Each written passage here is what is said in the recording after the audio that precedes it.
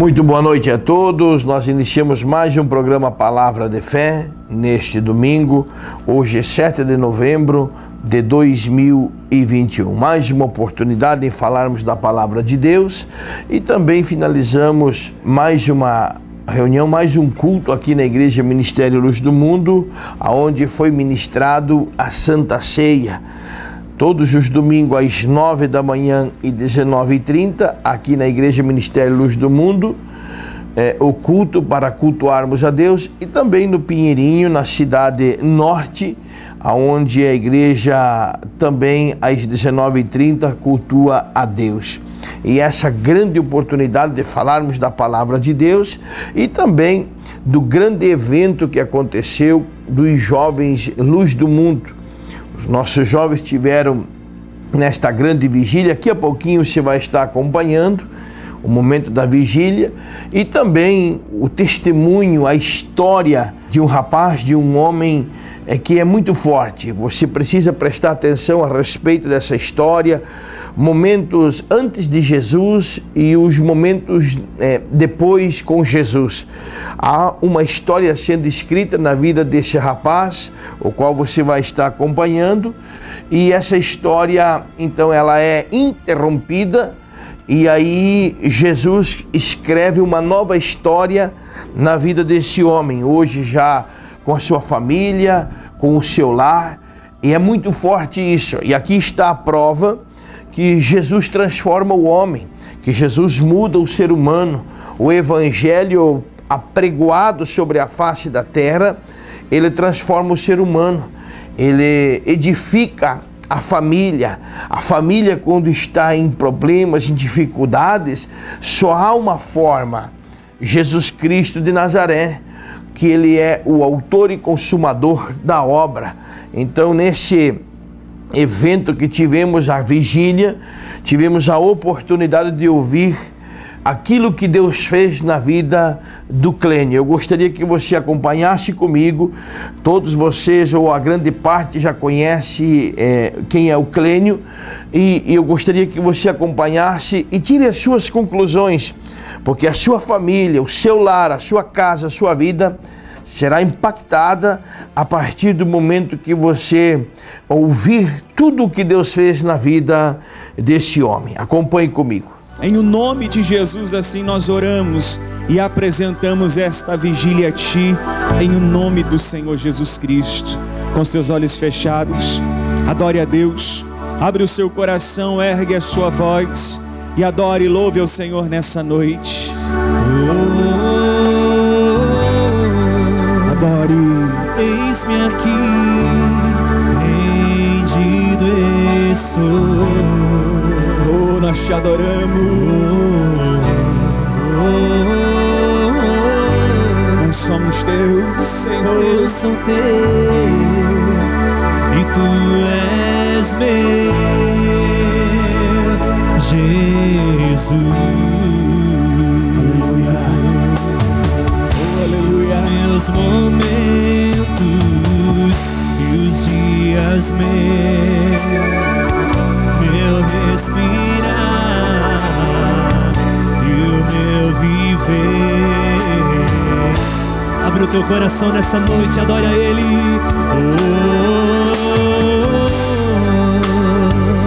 Eis-me aqui, rendido estou. É tempo de você dizer para Ele que você está rendido diante dEle. E pra sempre cantarei. Faz em mim, Senhor, Faz em mim o teu querer, a vida. tenho certeza que através do que Ele vai dizer aqui, as coisas que Ele vai citar, enfim, aquilo que Jesus fez na vida dele vai ser para edificar vocês, vai ser para abençoar a vida de vocês. Deus, em nome de Jesus, eu peço que o Senhor abençoe, meu Pai, tudo que o Clênio vai estar falando aqui. Ele vai falar, meu Deus, daquilo que o Senhor fez na vida dele. Enfim, da maneira que o Senhor puser no coração dele, Ele vai trazer a mensagem de hoje. E eu tenho certeza que vai abençoar, meu Deus, a vida desses jovens que estão aqui nessa vigília, nessa noite. Assim nós oramos e te agradecemos desde já por tudo, em nome de Jesus. Amém. Graças a Deus. É uma história bem sucedida aos olhos humanos. Sem Jesus é apenas uma história. Mas a partir do momento que Jesus entra na vida, daí é uma história de sucesso. Nasci no dia 1º de fevereiro do ano de 1986, tenho 35 anos, hoje eu sou pai do Eduardo, a minha esposa está ali, eu tenho outro filho de 4 anos, o Davi. Todos nós temos um propósito, né? Eu, você, independente de quem for, cada um tem um propósito. E Satanás, ele quer impedir o plano de Deus, o propósito de Deus na minha vida e na sua vida também. Então, antes do meu nascimento, meu pai era jovem na época, minha mãe também, né? Sem estrutura. Eles brigavam muito quando a minha mãe estava me esperando, então ali já começou uma batalha. Quem sabe, não era nem para mim estar aqui, mas Deus tinha um plano para mim e hoje eu estou aqui. Então meus pais se separaram muito cedo. Eu era um bebê na época, eu tenho uma irmã, hoje eu tenho 35, ela tem 37 anos. O meu pai logo depois casou, teve uma mulher, né, que teve um outro filho, 2 filhos, um faleceu quando bebê ainda, e tem meu irmão hoje com 27, 28 anos, algo assim. Mas quem tem madrasta sabe que não é a mesma coisa. Por mais que cuide, por mais que tenha atenção, sempre vai faltar alguma coisa. O amor de mãe, o amor de pai é insubstituível. Eu sempre via os meus amigos com seus pais, eu via nos dias de comemoração, dia dos pais, dia das mães, sempre faltava alguma coisa. Desde pequeno, eu sempre quis ser jogador de futebol. Esse era o meu sonho. Sempre trabalhei desde pequeno. Vendi picolé, vendi quadro, vendi vassoura, trabalhei em lavacar, trabalhei de pedreiro, em cobrador de telemensagem, enfim, o que vocês imaginaram, eu fiz de tudo um pouco. Porque eu queria ser independente, eu queria alcançar minha independência financeira. Aquele apoio de mãe, de pai, sempre faltava.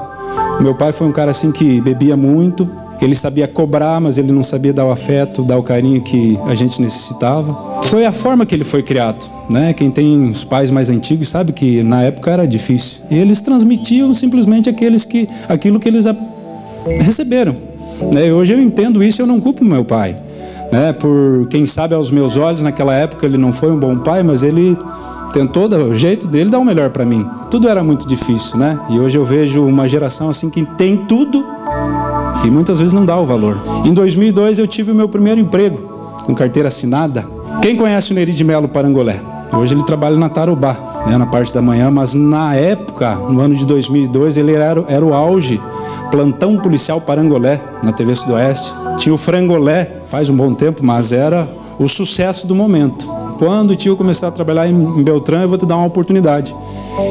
E eu fui para ajudar, assim, veio um senhor do Rio Grande para fazer a parte acústica e eu entrei para ser o servente dele. E depois daquilo começaram a montar a equipe, precisava de um menino para fazer tudo um pouquinho, e foi aí que eu me encaixei, certo? Então no ano de 2002 eu comecei o meu primeiro trabalho. E nessa mesma época eu jogava futebol, eu treinava nas categorias de base.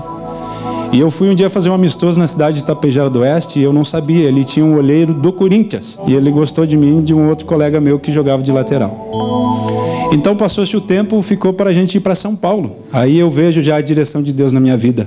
Mesmo sem eu conhecer ele, ter entregado a minha vida para ele. Um dia ligaram para a gente, que era para a gente embarcar para São Paulo para ir fazer o teste no Corinthians. E eu tenho a certeza que se eu tivesse ido, o Corinthians tinha ganhado o Mundial bem antes, né? Mas fazer o quê, né? No dia que era pra gente ir para São Paulo, choveu muito. Parou tudo em São Paulo, né? Então a gente não pôde ir. E nesse meio período eu comecei a trabalhar então na TV Sudoeste, entrei ali para aprender, para fazer aquele trabalho, né? Para ajudar então. E depois começaram a montar a equipe, então eu e meu tio, né? Como ele era meio gerente aqui da sucursal que tinha aqui em Francisco Beltrão, ele falou: dá uma oportunidade para o meu sobrinho, né? Vocês vão precisar, então nada melhor do que ter alguém da minha confiança, alguém que eu conheço e ele vai aprender. Então chegou o momento que eu comecei a trabalhar. E um dia ligaram de São Paulo novamente, que era para mim ir, e foi ali que eu tive que tomar a primeira decisão na minha vida, né? Uma decisão muito importante. Eu tinha que ir em busca do meu sonho, arriscar, ver se ia dar certo ou não, ou escolher pelo meu primeiro emprego. E como que eu ia chegar na chefia? Viu? Eu estou indo fazer um teste, pode ser que dê certo e eu não volte. Não tinha nem como, né? Eu tinha que tomar uma decisão.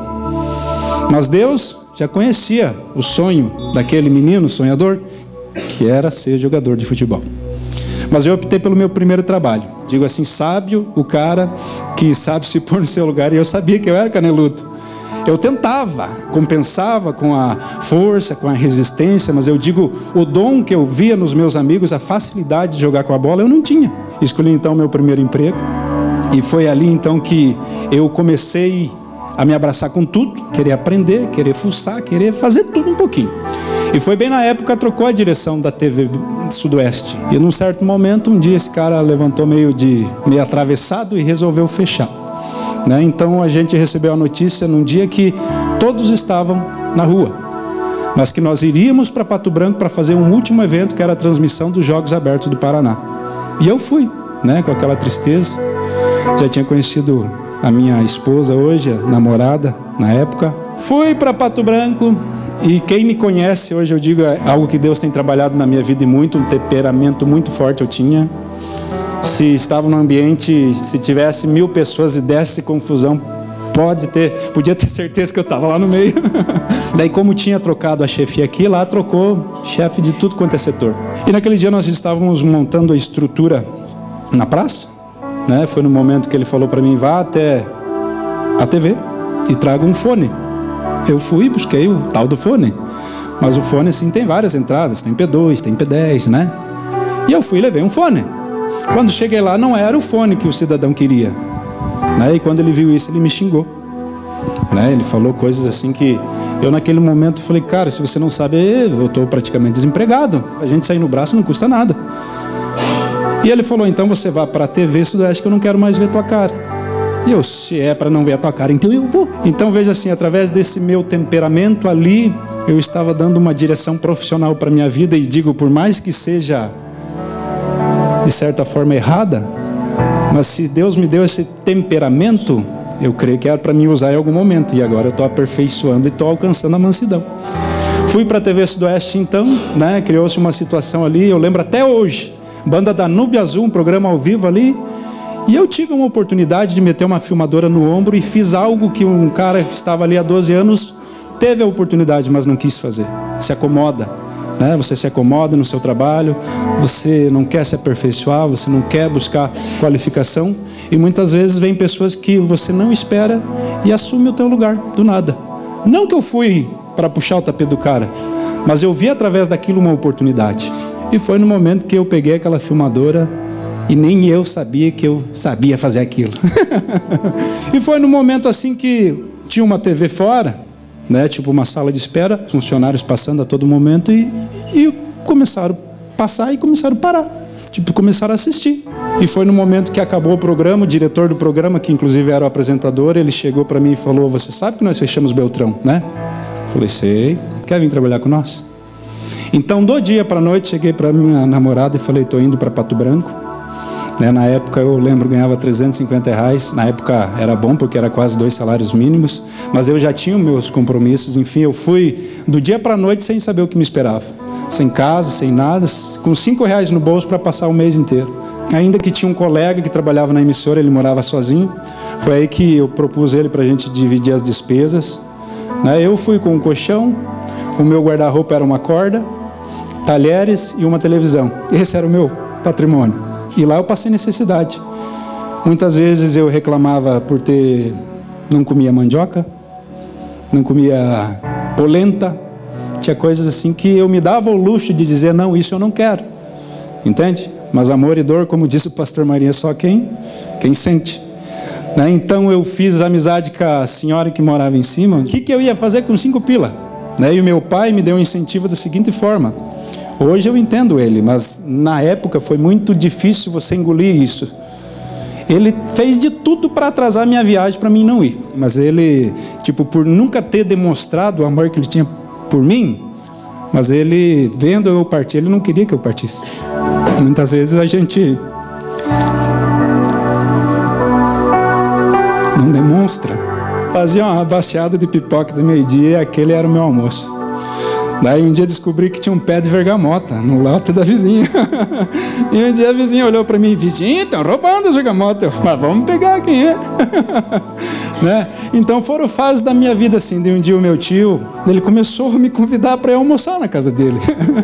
Se arrepende até hoje, mas convidou. Foi ali que eu comecei tipo, a ficar mais fortinho, corado. Mas foi difícil, foi uma época assim onde Passei muita necessidade, sabe? Mas hoje eu glorifico a Deus e dou importância para cada conquista, né? Para alguém que foi com o colchão, tipo, eu disse para vocês, hoje eu tenho minha casa, hoje eu tenho meu carro, hoje eu tenho a minha família, e graças a Deus, Deus não tem deixado faltar nada. Então o meu tio, ele já era convertido. E o meu tio, ele fazia uma célula na casa dele, célula dos 12. E ele sempre me convidava. E eu cortava caminho, almoçar, eu vou para a célula, não. E o meu tio, então, me convidou. Um dia eu não consegui fugir. Nós estávamos umas 7 pessoas. Eu lembro que no final, ele falou bem assim, posso fazer uma oração? A gente fechou um círculo assim. E ele começou. Foi indo, impondo as mãos, né? Fazendo oração para um, para outro. Mas quando mais perto de mim ele chegava, mais fraco eu ficava. Fraco, fraco, fraco. Eu falei, que é isso? E quando ele chegou, que ele levou a mão na minha cabeça, eu apaguei. Pá. Eu lembro que eu acordei no sofá, chorando e repetindo uma oração que ele pediu para mim fazer. A presença de Deus era tão forte na vida dele, que na presença de Deus a gente não resiste, né? A gente desaba.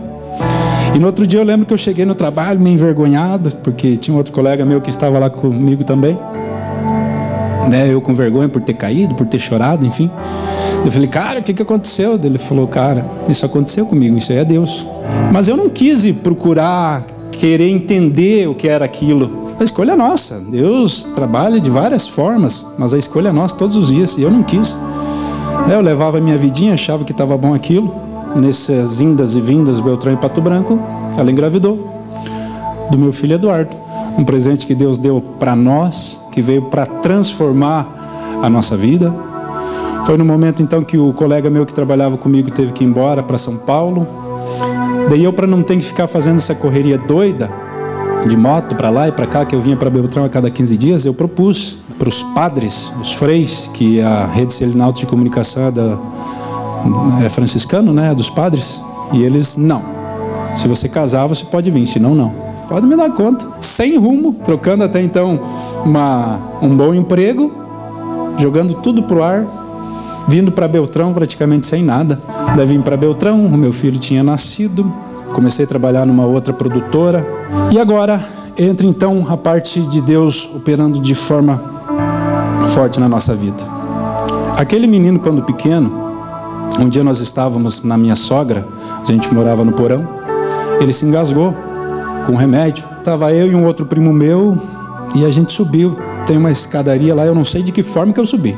Mas quando nós chegamos e se deparamos com aquela cena, minha esposa chorando, minha sogra desesperada, minha cunhada ligando para os bombeiros, mais gritando do que falando, o meu filho roxo, eu fiquei sem reação. Eu entrei em estado de choque. Eu já estava numa vida, de certa forma, bem fragilizada, bem perdido na bebida, jogos de azar, sempre gostei, né? Gostava e estava perdido nesses vícios. E eu penso assim, se ele viesse a partir, eu não teria estrutura, né, para superar aquilo. Eu tinha pensamentos suicidas desde pequeno. Eu pensava assim, se não der certo eu tiro minha vida. Eu encarava qualquer coisa na minha vida dessa forma. Vou tentar, se não der certo eu tiro minha vida. Era esse o pensamento que eu tinha comigo. E naquele momento meu primo estava ali, ele passou para policial e ele tinha noção de primeiros socorros. Foi no momento que ele pegou, trouxe o menino à vida novamente. Então nós estávamos ali, morando na minha sogra de favor, sem perspectiva nenhuma. Comecei a trabalhar então no ano de 2008 na TV Beltrão, aqui de Francisco Beltrão. Foi aonde daí eu tive a ideia de, como eu sempre trabalhei nos bastidores de televisão, eu conhecia de tudo um pouco. Daí foi aonde eu pensei, por que não dar um passo maior, né? Por que não aparecer na frente da televisão? Foi onde eu e meu irmão, que hoje mora em Pato Branco, e a gente apresentou para a direção da TV Beltrão e eles aprovaram a ideia. E foi aí então que começou o programa Clipe Mania, que hoje já tem 13 anos. Depois disso, eu digo, daí entra você achar que você é alguma coisa, né? Eu trabalho na televisão. A gente tem essa necessidade de ser reconhecido por alguém, né? De ser visto, ser notado. E de certa forma criou-se uma soberba na minha vida, pois eu achava que eu era alguém. E depois disso, então, a minha carreira profissional foi dessa forma. Eu saí da TV Beltrão e entrei na Rede Massa, né, que tem o SBT aqui em Francisco Beltrão. Fui um dos primeiros contratados da TV Beltrão, né, pela experiência que eu tinha. Fui um dos primeiros contratados da Rede Massa aqui, então. E eles vieram com uma expectativa muito errada, né? E foi no momento que eles resolveram mandar pessoas embora. E eu estava nessa lista de demissão. E eu fui um cara assim, que se você for ver aqui em Francisco Beltrão, muitos, os mais novos, né, que trabalham no meio de comunicação, muitos deles eu ensinei, eu ajudei, eu tive paciência para esclarecer, pois eu penso assim, se um dia eu aprendi pedindo, por que não compartilhar? Muitas pessoas veem como concorrência, eu não, eu tenho enorme prazer em estar ajudando e compartilhando. Tenho meu gênio forte? Tenho os meus defeitos? Tenho. Mas eu sou ser humano assim como qualquer um. E eu achei que naquele momento de adversidade, eu pensei comigo, mas eu ajudei tanta gente, né? Não que a gente ajude esperando algo em troca, mas eu nunca imaginei que no momento que eu mais precisei, os vários amigos, eu tenho mais de 10 mil nas minhas redes sociais. Tranquilamente, eu posso dizer para vocês que amigos eu tinha uns 50, mas no momento que eu precisei, ficou eu, meu filho e a minha esposa. Amigos que, vamos sair hoje. Na época eu bebia, na época eu fazia muita loucuragem. Eu chegava na casa do parceiro, William, vamos sair. Cara, eu tô sem dinheiro. Mas eu tenho dinheiro. Se eu tenho dinheiro, você tem dinheiro. Você não vai ficar em casa por causa disso. Nunca deixei um parceiro para trás por causa de dinheiro. E no começo alguns amigos ligavam, venha. Cara, mas eu tô sem dinheiro. Não, mas eu te empresto. Daí chegou um momento que, o cara nem me pagou que me emprestou, agora vou convidar de novo, vai só aumentar a conta, né? Então foi num momento assim que os amigos sumiram e eu entendi que as pessoas se aproximam da gente não pelo que a gente é, mas pelo que a gente tem para oferecer. E a partir do momento que você não tem nada para oferecer, você se encontra sozinho. Desafio qualquer um que está aqui nessa noite. Se você conseguir juntar 5 amigos de verdade, 5 é demais, 3 para qualquer situação.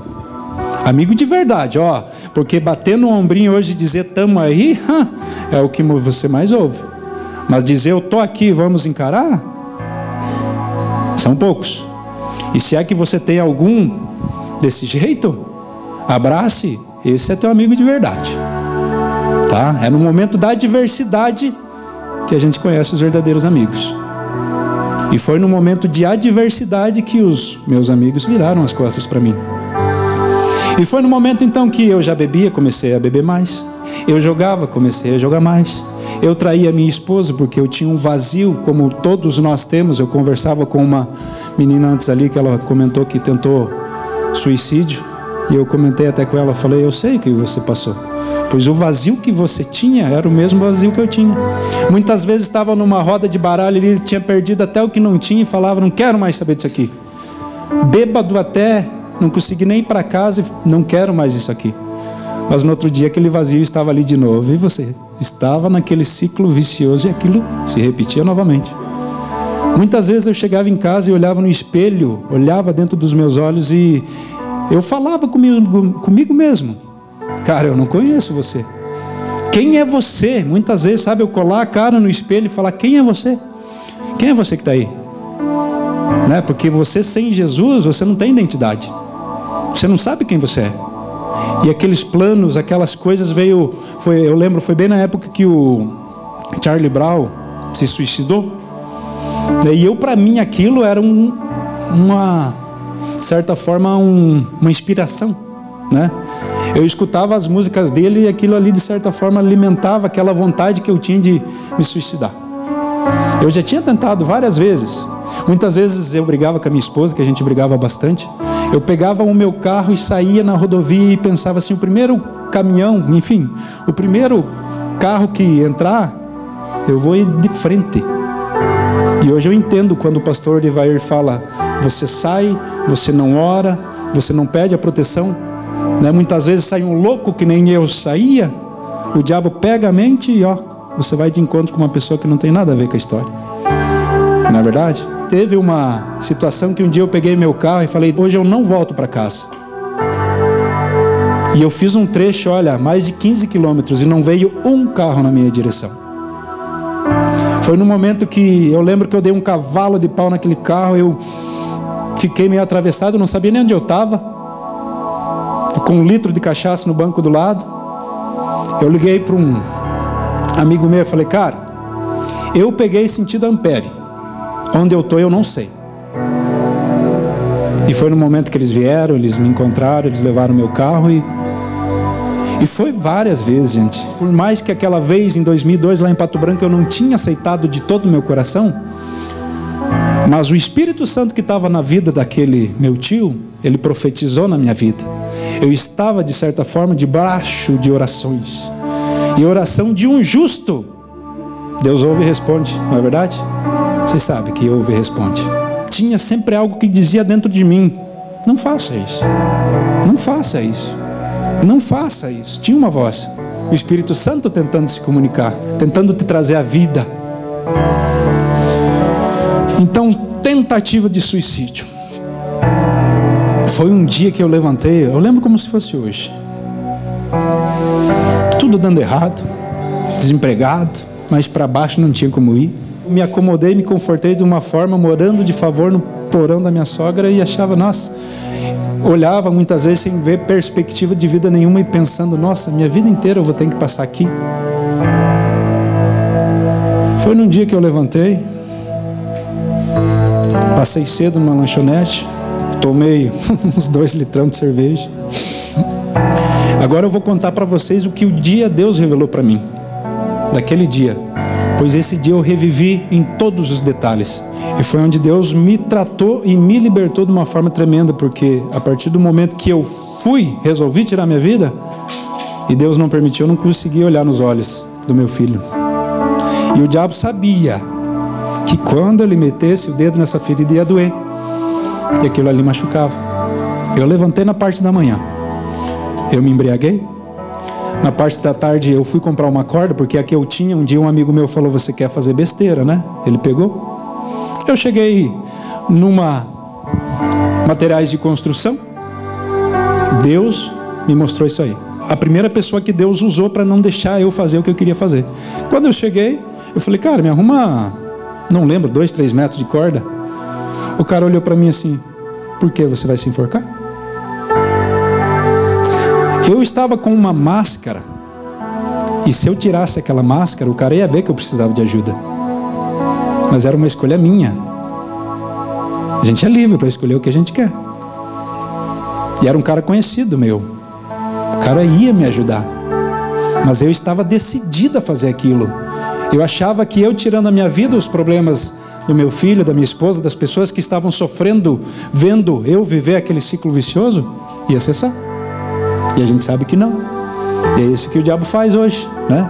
Faz com que pessoas tirem a sua vida achando que é o fim, mas não é. É apenas um começo de uma eternidade de sofrimento. É por isso que há uma batalha espiritual para que vocês não estejam aqui. A opressão que eu estava ali no canto antes de começar essa vigília aqui, vocês não têm ideia. Por quê? Porque ele sabe que esse relato da minha vida, quem sabe para uns, o que eu quero saber da vida desse cara? Mas para muitas pessoas Deus está falando de uma forma tremenda.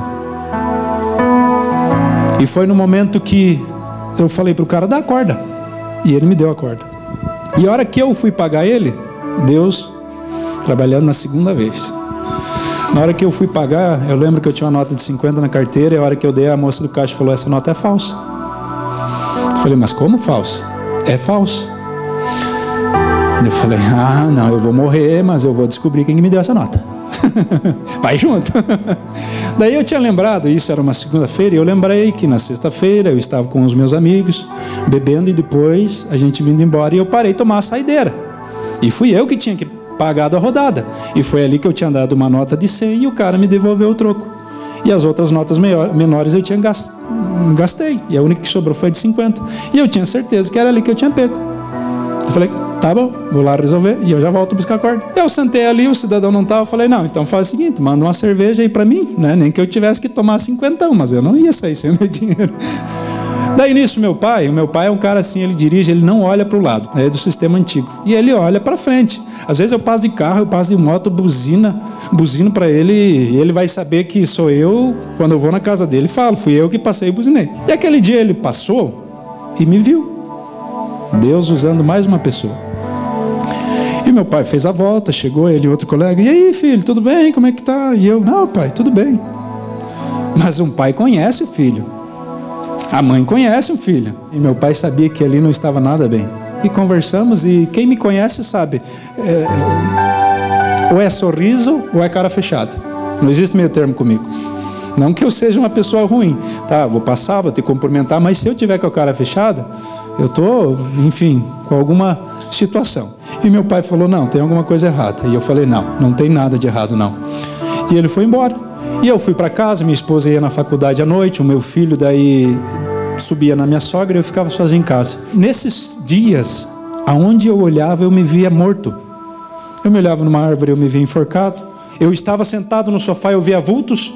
Eu não conseguia dormir, eu fixava meu olho assim, em um ponto assim, onde meio claro, e parecia que eu via alguma coisa. Eu não vivia. Eu era perturbado, eu era incomodado, e eu via um escape na bebida. E foi na noite que eu estava ali, né? Eu comprei a corda, esqueci de voltar um pouquinho atrás, fui para casa. E eu estava ali, escutando Charlie Brown. Faço ou não faço? E foi no momento que eu falei, não dá mais. E a minha esposa estava na faculdade, e eu digo, o Espírito Santo começou a incomodar ela. Ela ficou inquieta, ela terminou a prova, Deus mostrando para ela que tinha algo errado. E ela falou lá para os colegas, tem que ir embora, pegou a moto e veio, e foi quando ela chegou, se deparou, bombeiro, enfim, polícia, toda aquela situação. Foi no momento que eu resolvi fazer o que eu queria fazer. Deus, o diabo quis tirar ele quando pequeno, vocês lembram? E ele, criança, não tinha o porquê descer no porão naquele momento. Pegou meu sogro, eu quero buscar bolacha. E foi no momento que eles chegaram e se depararam com aquela cena. E foi aonde conseguiram, de certa forma, me salvar. E o dia que eu pedi para Deus, falei, tá Deus, o Senhor usou uma nota falsa, o Senhor usou o vendedor, o Senhor usou o meu pai. E onde é que o Senhor estava naquele momento que deixou fazer o que eu queria fazer? Foi no momento que eu vi uma visão assim, vendo eu no sofá triste, fazendo o que eu fiz, mas ao mesmo tempo eu vi uma luz muito forte, uma pessoa de branco ali. Me arrepio porque é forte. Você tentou, você quis fazer, mas eu não deixei. Para você parecia ser o fim, mas para mim é apenas o começo. Foi no momento então que a frustração aumentou, porque daí eu fui para o hospital, eu voltei para casa, e onde eu estava tinha alguém junto comigo, porque eu falei, não, eu não consegui, mas eu vou tentar de novo. Aquela sensação de impotência, falar, pô, tu é um imprestável mesmo, né? Serve nem para tirar a própria vida, homem. Foi no momento que esse mesmo tio, lembra que eu tive a primeira experiência com Deus, através da vida dele, e um dia me ligou. Vem passar uns dias com o tio aqui em Cascavel. Eu aturava meu tio por respeito, eu gostava da minha avó porque é minha avó, mas eu tinha pavor de crente. Cortava caminho, jogava pedra na igreja, xingava todo mundo. E onde é que eu tô? No último dia ele sentou comigo numa mesinha e mostrou desde a fundação do mundo até aquele momento que eu estava vivendo. Mas eu digo assim, quem sabe você vai na igreja, um amigo fala de Jesus para você, mas você está ouvindo por respeito, mas você não quer absorver aquilo. Você fecha o coração. E eu fechei o coração, falei, cara, você tá louco. Ouvi por respeito. No outro dia ele veio de Cascavel a Beltrão falando de Jesus, e eu não vi a hora de chegar para ir jogar o meu baralho e tomar minha cerveja. Um dia meu tio me ligou, dia 3 de maio do ano de 2014. Hoje o tio vai estar em Beltrão. Vou estar numa igreja lá, eu vou levar a palavra, eu quero que você vá. Então eu digo, Deus sabe até quem Ele usa. Porque podia ser meu pai, podia ser minha mãe, podia ser minha avó, que eu tenho um respeito muito grande, podia ser qualquer pessoa, mas eu não ia ir. Deus usou ele porque ele sabia que ele era o único que eu ia ouvir. Se usasse qualquer outra pessoa, eu ia falar, não vou, e ponto. E queria ver quem ia mudar a minha opinião. Falei para minha esposa, nós estávamos na casa de um amigo lá fazendo um churrasco e tomando cerveja. Eu falei, vamos lá. E quem sabe você veio hoje aqui e falou, vou lá. Eu não tenho nada a perder. E foi no momento que eu entrei naquela igreja. Eu lembro que eu senti aquilo que eu senti em 2002 na casa do meu tio. Eu senti ali novamente. Uma paz. Algo que fazia muito tempo que eu não sentia. Eu lembro que a hora que eu cheguei, nossa, eu comecei a chorar. Deu 1h30 de reunião e eu chorei 1h30. Eu não lembro uma palavra que o meu tio falou, do que ele pregou. Mas eu lembro que no momento que ele falou, alguém quer entregar a vida para Jesus? Eu saí por cima, que nem o pastor Ivair fala, pisei em cima da cabeça, uns 3, 4. E eu lembro que eu fui o primeiro que chegou lá na frente. Sabe, eu falei, eu não tenho nada a perder. Eu quero isso para mim. Eu falei, essa paz que eu estou sentindo, eu nunca consegui em nada que eu experimentei nesse mundo, então é isso que eu preciso. E foi no momento que eu lembro assim, eu olhei para trás, porque quando a gente entra na igreja a primeira vez, parece que as pessoas estão tudo olhando para você, né? Não é verdade? Parece que as pessoas estão te olhando com um olhar de acusação. Eu digo, o diabo é tinhoso, ele coloca uma opressão sobre você que você não vê a hora de sair dali. Por isso que a palavra diz, venha da forma que você está, Por isso, quem somos nós, Hoje somos restaurados, enfim, mas muitas vezes a gente fica meio, o cara aqui dentro da igreja, mas um dia a gente teve que entrar. E hoje eu digo assim, as pessoas não olhavam com olhar de condenação, de alegria. Pô, o cara aqui, querendo ou não, naquela época eu já era conhecido da televisão, tipo, as pessoas olhavam com admiração. Até o cara aqui, Eu lembro que eu saí, acabou a reunião, eu saí lá fora, eu falei, meu Deus, o que eu fiz? Não, porque daí o diabo vem na tua mente, Fala, como que tu vai parar de beber? Como que você vai parar de jogar? Como que você vai parar com esse pecado que você gosta tanto? É isso que ele faz. Agora não posso mais voltar atrás, eu falei na frente de toda essa gente aí, como é que vai ficar a situação? O meu tio saiu, eu lembro que lembro como se fosse hoje. Ele olhou para mim e falou, o tio está muito contente com a tua decisão. Você vai ganhar muitas almas para Jesus.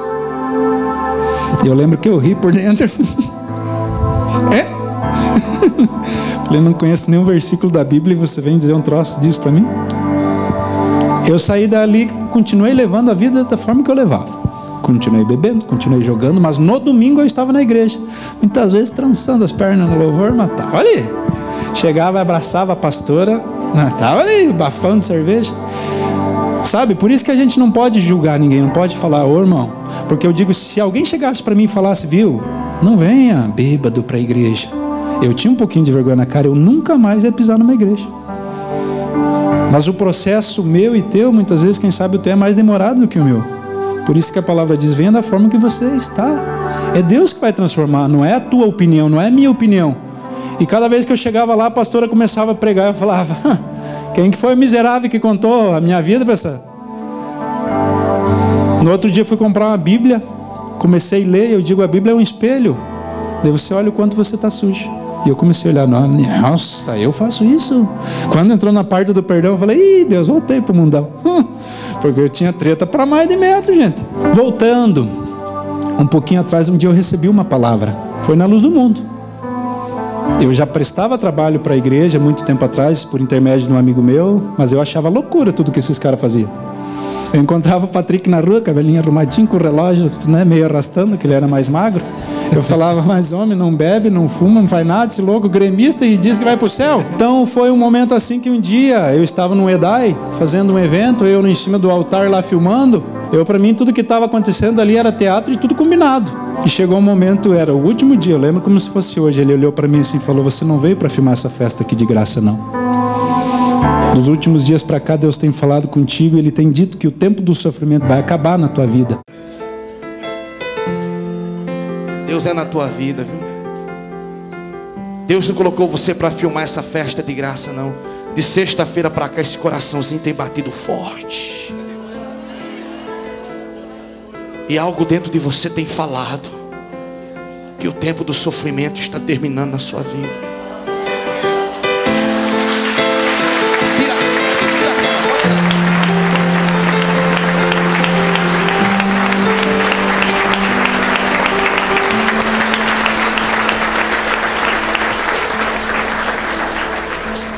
Tu nem aqui não era para estar mais.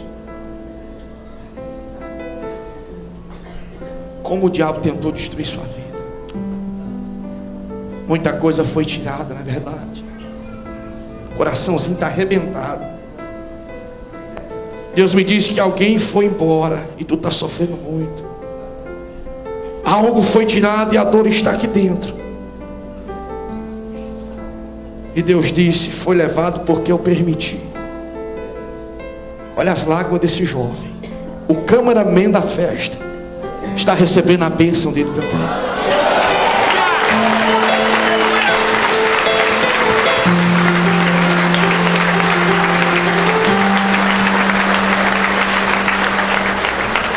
Se Deus é na minha vida, a partir de hoje, tu nunca mais terás sossego. Até o dia que tu colocar teus pés aqui dentro de vez e dizer: a partir de hoje, eu nunca mais largo esse Jesus dos crentes. Aleluia!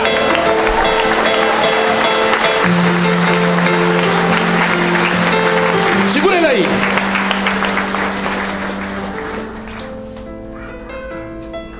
Vira pro seu irmão baixinho e diga: Deus é demais.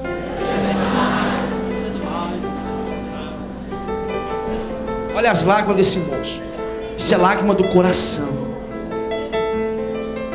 Você está vendo esse moço de braço aberto? Se tu for lá e der um abraço nele, tu vai dizer para o inferno e para o céu que hoje tu está voltando à essência do amor, da glória de Deus na tua vida. Tu vai dizer que hoje tu estás o aceitando como único e salvador, e que nunca mais tu vai olhar para este mundo vil, mas que tu servirá Ele com toda a tua alma. Se quiser, é só ir lá e dar um abraço nele. Start já. Aleluia! Deus é demais! Start já. Aplaude o camaraman, Senhor Jesus! Mas o diabo é tão sujo assim que a primeira coisa que me veio na cabeça: querem meu dinheiro. Tá aí, ó. Mas o cara contou coisas que só eu e Deus sabia. Só eu e Deus sabia. Ele falou: foi tirado algo da tua vida e você está sofrendo muito, mas Deus manda dizer que foi tirado porque eu permiti. E lembra lá no começo que eu contei quem que partiu? Minha mãe. E ali era um buraco irreparável. Mas por que Deus permitiu? Deus tem as suas formas de trabalhar, por mais que a gente não entenda. E foi no momento que eu falei: tá, pra mim, beleza. Fui até no outro final de semana na igreja, mas voltei pro mundão. Daí foi no ano de 2014, né? Só voltei um pouquinho a história, onde eu não tinha mais para onde correr. Fui na igreja porque o meu tio me convidou. E ali começou a transformação da minha vida. Eu tinha uma turma que você ia saber, eu fiz bandeira, fiz camiseta, nossa. E eu comecei na igreja no domingo, e na sexta-feira eu falava: não, sexta eu vou na igreja. E dava na sexta, eu estava na sexta beuta. Eu lembro um dia que eu cheguei, eu me fechei no quarto aquele dia, eu briguei com Deus. Falei: agora você vai ver. Falei: Deus, o Senhor está vendo a situação que eu estou passando. Aqui eu consegui largar, aqui eu consegui largar, aqui eu melhorei, aqui eu tenho que melhorar. Mas a bebida me escraviza. Eu não consigo. Ou o Senhor me ajuda, ou o Senhor intervém ao meu respeito, ou senão eu vou voltar para o mundo, porque eu vou ficar esse meio termo. Chegou no outro final de semana: hoje eu vou para a igreja, mas tem sexta belda. Foi para a sexta belda de novo. Mas à noite eu cheguei lá, acabou o jogo, a gente começou a beber, mas aquele dia eu tomava e não desce. Eu olhei os meus amigos e tudo loqueando, como diz a palavra, né? E porque chega um certo momento assim que quem bebeu, quem bebe sabe que você não é mais você, você perde a tua identidade, você faz coisas que você não faria se você tivesse sóbrio. E eu olhei aquilo e aquilo ali começou, de certa forma, a escandalizar para mim, né? Falei: nossa, só os meus amigos fazendo isso aí. E foi a hora que o Espírito Santo falou: tu faz pior. Falei: eu? E foi aonde eu cheguei pro meu compadre e falei: compadre, fecha minha conta aí. Falei: você sabe que eu estou indo numa igreja hoje, e hoje eu entendi: ou eu sirvo a Deus, ou eu agrado a Deus, ou eu agrado o mundo. Não existe meio termo. E foi no momento que eu tomei a decisão. No outro final de semana tinha batismo, e eu fui me batizar, minha esposa nem sabia, foi surpresa. E depois dali, que eu comecei a frequentar de forma séria, a minha vida só começou. Deus começou a escancarar as coisas para mim de uma forma que não tem explicação. Antes do nosso filho nascer, a gente tinha feito um propósito que a gente queria casar antes dele nascer.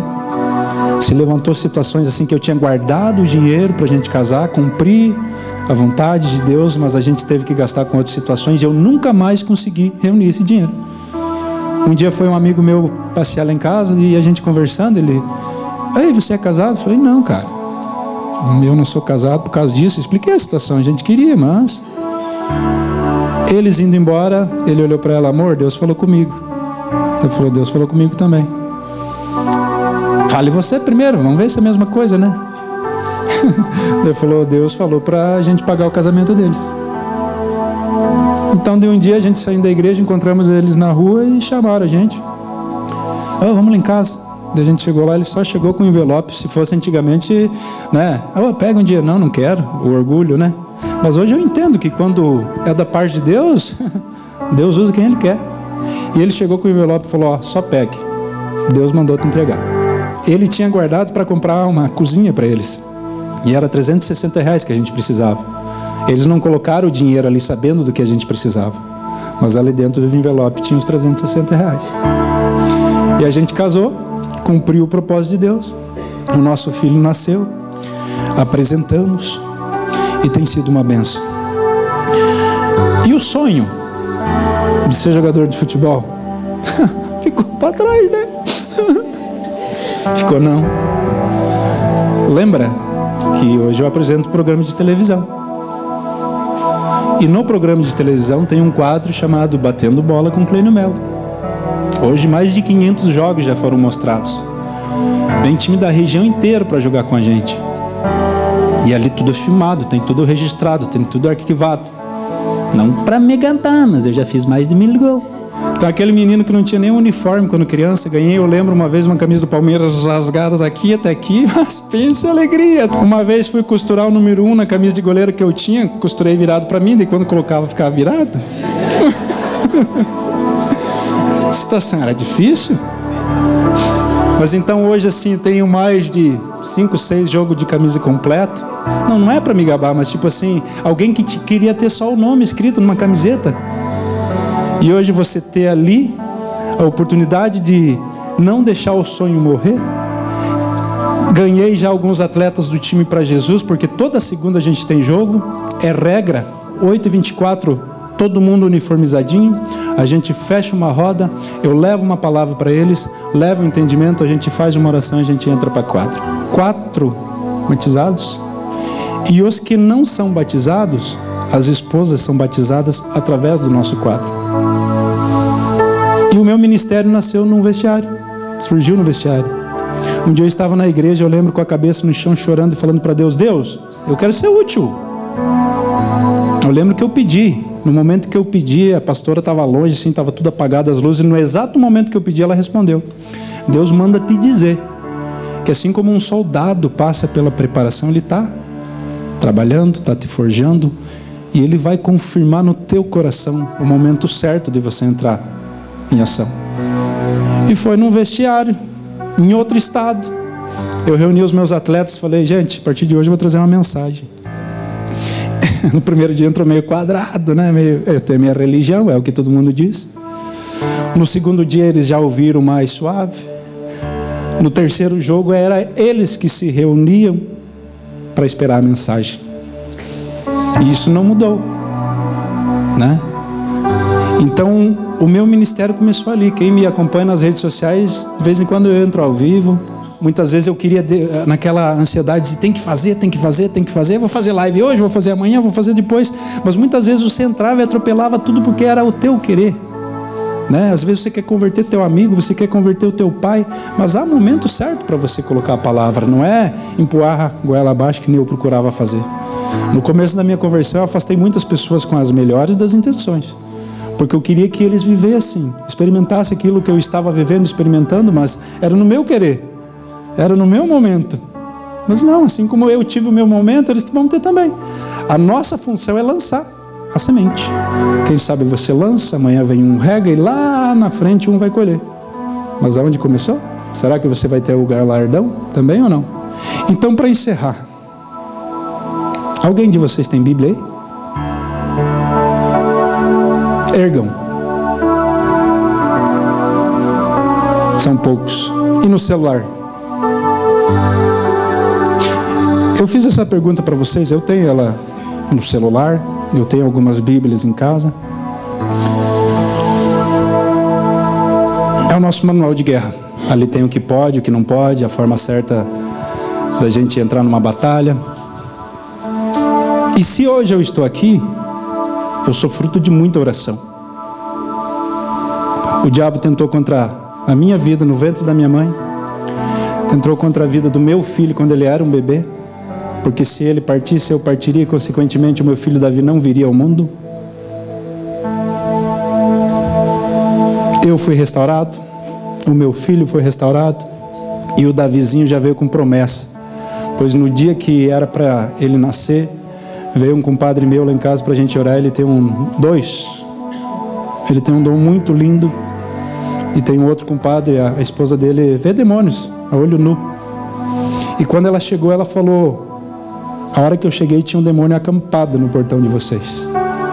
O que ele queria causar eu não sei. Quem sabe um acidente na saída para o hospital. Pois ele sabia que aquele bebê que estava ali já vinha com um propósito. E foi no momento que o outro compadre meu chegou e nós começamos a orar, e ele falou para Deus: Deus, o que o Senhor espera dessa criança? Foi a hora que a gente abriu a Bíblia aleatória e caiu, porque eu vim para libertar os cativos, enfim. Qual que é aquela passagem, pastor? Libertar os cativos, apregoar as boas novas, o evangelho aos que estão presos, que estão cativos, que estão aprisionados. Será que tem promessa sobre a vida dele ou não? Então, deixa eu só pegar um negócio aqui. Por incrível que pareça, é uma Bíblia. Foi lida ou não? A minha vozinha, ela já tem quase 80 anos. E ela tem mais umas duas assim. Eu falei: vó, se Jesus não voltar antes, a senhora partir antes que eu quero isso aqui, para mim, de herança. E ela já deixou avisado para todo mundo. Todas as vezes que eu vou na casa dela, ela fala: meu filho, eu oro por você 24 vezes por dia. Sabe o que é isso? Os netos, os filhos, as pessoas que ela lembra ainda, ela cita o nome. A vida dela é uma vida de oração. Ela levanta de manhã sozinha. Ela fala: eu canto 3 louvores, eu beijo o inário, eu leio a Bíblia, eu faço a minha oração. Se você chega lá, às vezes a gente na correria, tu vai ser: filho, sem orar não. Ela abraça, faz uma oração. Pode estar faltando tudo, mas você nunca vai ver ela com um sorriso triste. Ela sempre vai ter uma palavra de esperança para você.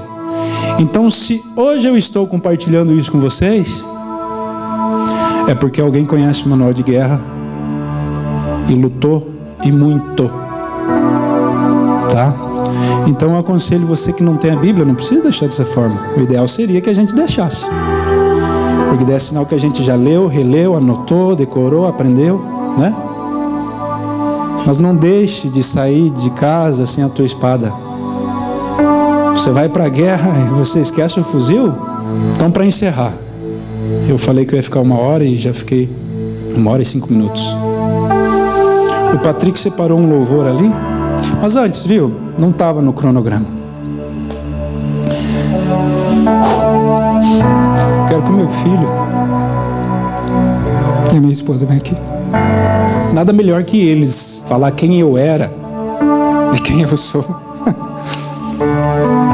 Sou um pai perfeito? Não, lá em casa o bicho pega. Às vezes a gente sai no tapa aqui com o rapaz, a fase da aborrecência. Mas eu quero dizer aqui, já falei muitas vezes, mas eu quero pedir perdão mais uma vez, filho, né? Porque muitas vezes a gente falha, a gente erra, mas com as melhores das intenções. Quero dizer para vocês que vocês são muito especiais para mim. Você não veio por acaso ao mundo, não. Você veio porque Deus queria usar para você, para me resgatar. Então, quero dizer que eu amo vocês, tá?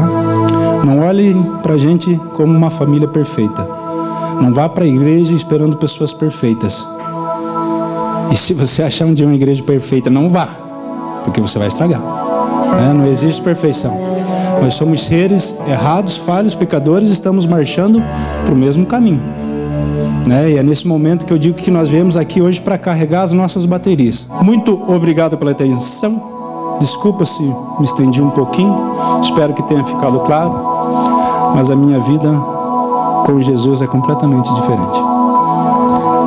Apesar das feridas, apesar das decepções, eu te chamei. Feche teus olhos. Eu te chamei. Eu te chamei. Ele te chamou sabendo que você vai cair, que você vai errar muitas vezes. Mas você não esqueça que Ele não te chamou para você andar sozinho. Quando era só eu no mundo, eu estava no meu entendimento, no meu conhecimento, na minha força. Mas hoje pode vir a tempestade que for. Eu sei quem pega pela minha mão. Eu sei quem passa a tempestade comigo. Tem tantas pessoas que precisam ser curadas muitas vezes dentro da sua própria casa. E você é portador de algo precioso. Você vai sair hoje renovado daqui. E que você não seja egoísta de chegar e deitar na sua cama e amanhã despertar para mais um dia sem compartilhar com as pessoas que você ama. Eu não sei como que está a tua vida. Pode estar mais torta do que a minha no passado. Mas Deus te chamou aqui. Quem sabe você entrou que nem eu numa igreja, simplesmente para agradar uma pessoa. Quem sabe você veio aqui porque um amigo insistiu muito. Esse amigo é amigo de verdade, pois ele te trouxe para a presença de Deus. E quem sabe você queria ter a tua família perto de Jesus, assim como você está. Para encerrar, eu quero dizer para você assim: Ele pode fugir de você, mas Ele não pode fugir do nosso Deus. Ele não pode fugir das nossas orações. Não é verdade? Fica esse recado para vocês. E vamos adorar a Deus. É muito forte o que você ouviu. É muito forte o que você acompanhou. Você, meu amigo, minha amiga, que tem acompanhado. Esse é o depoimento, esse é o testemunho. E assim são inúmeros depoimentos, testemunhos de pessoas que Jesus tem mudado, que Jesus tem transformado. E eu lembro muito bem que naquela ocasião, quando estava na casa de Deus fazendo um trabalho de filmagem, e o homem de Deus então lança uma palavra, e essa palavra está aí o efeito desta palavra, porque esta palavra veio da parte do Senhor, e quando Deus se manifesta, o homem é transformado. Nós estamos chegando aos momentos finais do nosso programa. Eu quero fazer uma oração e abençoar a sua vida. Nosso Deus e nosso Pai, em nome do Senhor Jesus, eu já abençoo, meu Deus, a todos os telespectadores, aonde chega a minha voz agora. Senhor Jesus, toca em cada vida, em cada ser, que esta semana, Pai, que se inicia, seja uma semana de vitória, uma semana de bênção, de milagre, de cura, de restauração. Pessoas sejam tocadas pelo Teu Espírito agora, Pai. Visita os corações desse momento. Essa pessoa que está angustiada, que não dorme, que tem pesadelo, que ouve voz, vê vulto, toca nela, Senhor Jesus, agora. Essa mãe que está aflita, esperando o filho voltar, Senhor, visita o coração desta mãe, deste pai. Eu estou determinando, meu Deus, a grande vitória. E venho, meu Pai, abençoar o Teu povo. A bênção que ninguém pode revogar. A bênção do Pai, do Filho e do Espírito Santo. Amém. Deus abençoe você, a sua família, a sua vida. Até amanhã com mais um programa Palavra de Fé, às 11h45. Até lá, Deus abençoe a todos.